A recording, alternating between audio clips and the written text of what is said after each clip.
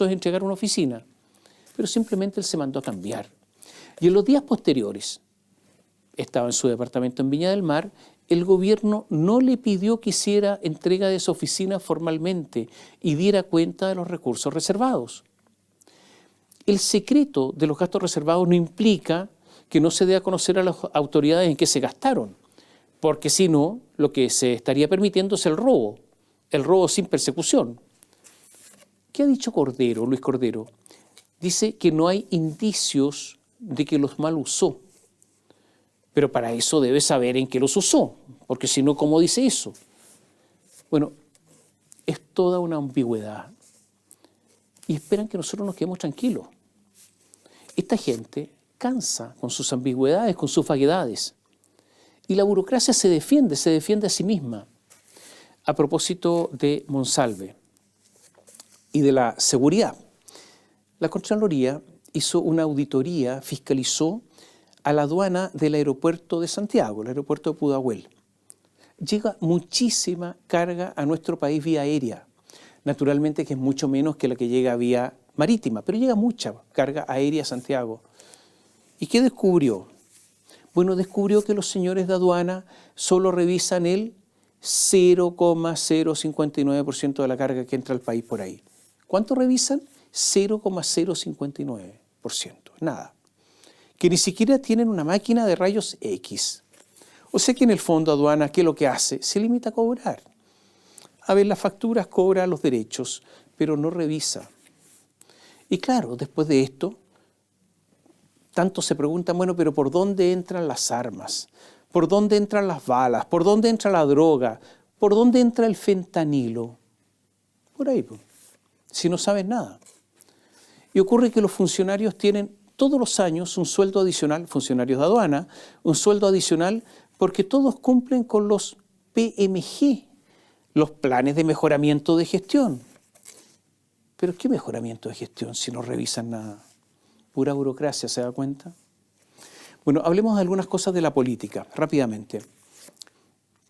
Ahora se ha sabido que Miguel Crispi, que es el jefe del segundo piso, recibió el 8 de septiembre de 2023 a un señor que se llama Antonio Zhou, un chino, funcionario de la empresa tecnológica china Huawei, y quien llegó acompañado de Francisco Sepúlveda, abogado de la oficina de Luis Hermosilla.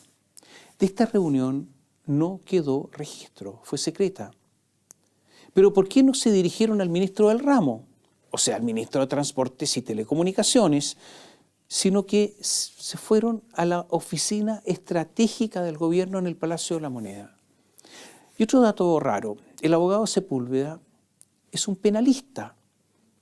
¿Qué estaba haciendo ahí? Solo cabe concluir que estaba ahí por razones de lobby. No hay explicaciones sobre esta extraña y secreta reunión en que participó la oficina de Luis Hermosilla y Crispi no ha sido capaz de dar explicaciones. En la reforma a las pensiones, esta semana hubo casi un acuerdo y después las posiciones se endurecieron nuevamente.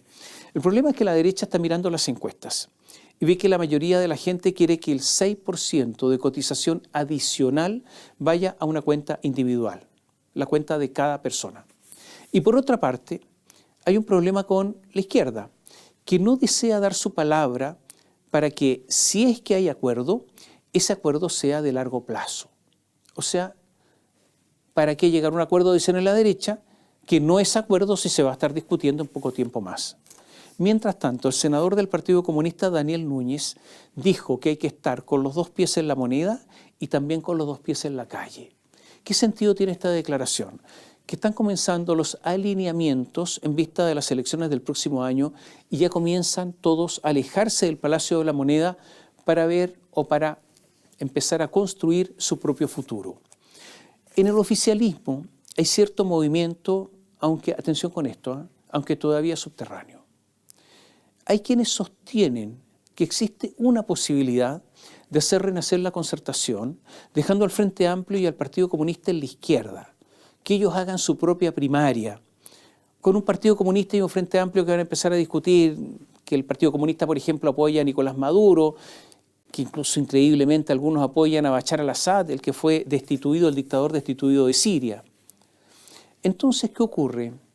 que podría reconstituirse, hay una operación, que podría reconstituirse la concertación original y claro, tendrían que buscar candidatos. Se requiere para esto toda una operación política mayor. Y en la derecha, Evelyn Matei tiene el apoyo de la UDI y crecientemente el apoyo de Renovación Nacional. Pero atención, está José Antonio Kast, que va a ir a la primera vuelta sí o sí. Y está el Partido Social Cristiano, el de los evangélicos, que dicen que también van a tener candidato en primera vuelta, que no van a primarias. Y está comenzando a aparecer en las encuestas Johannes Kaiser, corriendo más allá de la derecha que Kast, allá está, lejos. La derecha parece ordenada, pero no lo está.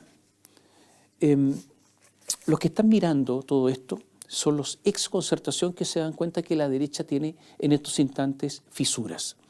Y algunos datos económicos. El costo de reajuste de sueldos del sector público será de más de 2.000 millones de dólares. Este es el único sector que ante las restricciones económicas sigue mejorando sus sueldos. Es una transferencia neta de recursos de un ajustado sector privado al sector público. De más está decir que, una vez más, los funcionarios públicos no ofrecen nada a cambio de subir sus sueldos. Cerrando ya el año, los cálculos indican que el crecimiento de este 2024 estará alrededor del 2,3%. Bajo, considerando que la base de comparación es de solo un 0,2% y bajo las previsiones del gobierno, y con una inflación de cerca del 4,5%, mucho más alta que la proyectada. Para el próximo año se prevé incluso menos crecimiento que este año, solo un 2%, con una economía muy estancada. El gobierno de Gabriel Boric podría ser el de menor crecimiento desde el retorno a la democracia, con un promedio de los 4 años de solo un 1,6%. La deuda alcanzará ahora, a fines de este mes de diciembre, el 41,2% del PIB, con un aumento en un año de más de 15.000 millones de dólares y además habiendo sacado enormes fondos del Fondo de Estabilización Económico y Social en una acción absolutamente reprobable. Un reflejo de la restricción económica es la disminución del flujo vehicular en las autopistas urbanas de la región metropolitana. Cayó un 0,8% en vehículos livianos y un 1,8% en vehículos pesados. El índice de avisos laborales tuvo una caída de 4,96% en noviembre respecto a octubre y de 12,58% en comparación al mismo mes del año pasado. Los despidos por necesidad de la empresa subieron en octubre un 10,7% luego de varios meses de caída. En el año, el aumento de los despidos por necesidad de la empresa es de 2,1%. Se había anunciado una recuperación de Codelco y pese a los anuncios no se produce prácticamente. Su producción está muy alicaída y no aumentó en octubre en comparación al mismo mes del año pasado. La producción de Codelco hoy es de solo el 25% del total nacional. Es el mayor mínimo histórico. Y una última cosa. El gobierno sufrió una enorme derrota con la sentencia que da luz verde al proyecto Dominga. No solo acusó a los ministros, entre ellos la ministra de Medio Ambiente, Maysa Rojas, de parcialidad, sino que de una demora ilegal en resolver el asunto. El Tribunal Ambiental dijo que deben respetarse fallos anteriores que tienen el carácter de cosa juzgada. Los ministros deberán volver a votar, pero están en una camisa de fuerza. Recordemos que Gabriel Boric, recién electo, se comprometió que Dominga no se iba a hacer, pero su promesa choca contra una resolución judicial. Él, Boric, legalmente no puede ordenar a los ministros votar de determinada manera, y si lo hizo antes, atención, incurrió en una ilegalidad. Pareciera que el gobierno, en este caso, ya está derrotado porque no tiene alternativa. Y habrá que juntar fuerzas para el próximo año. En medio de restricciones económicas, del movimiento telúrico que significa el puerto de Chancay, de la pérdida de poder del presidente Gabriel Boric, pato cojo mediante, porque se acercan las elecciones, y con algunos economistas que auguran que el plan Milei puede resultar y dejar atrás a Chile, tendremos que trabajar muchísimo para mantenernos a flote.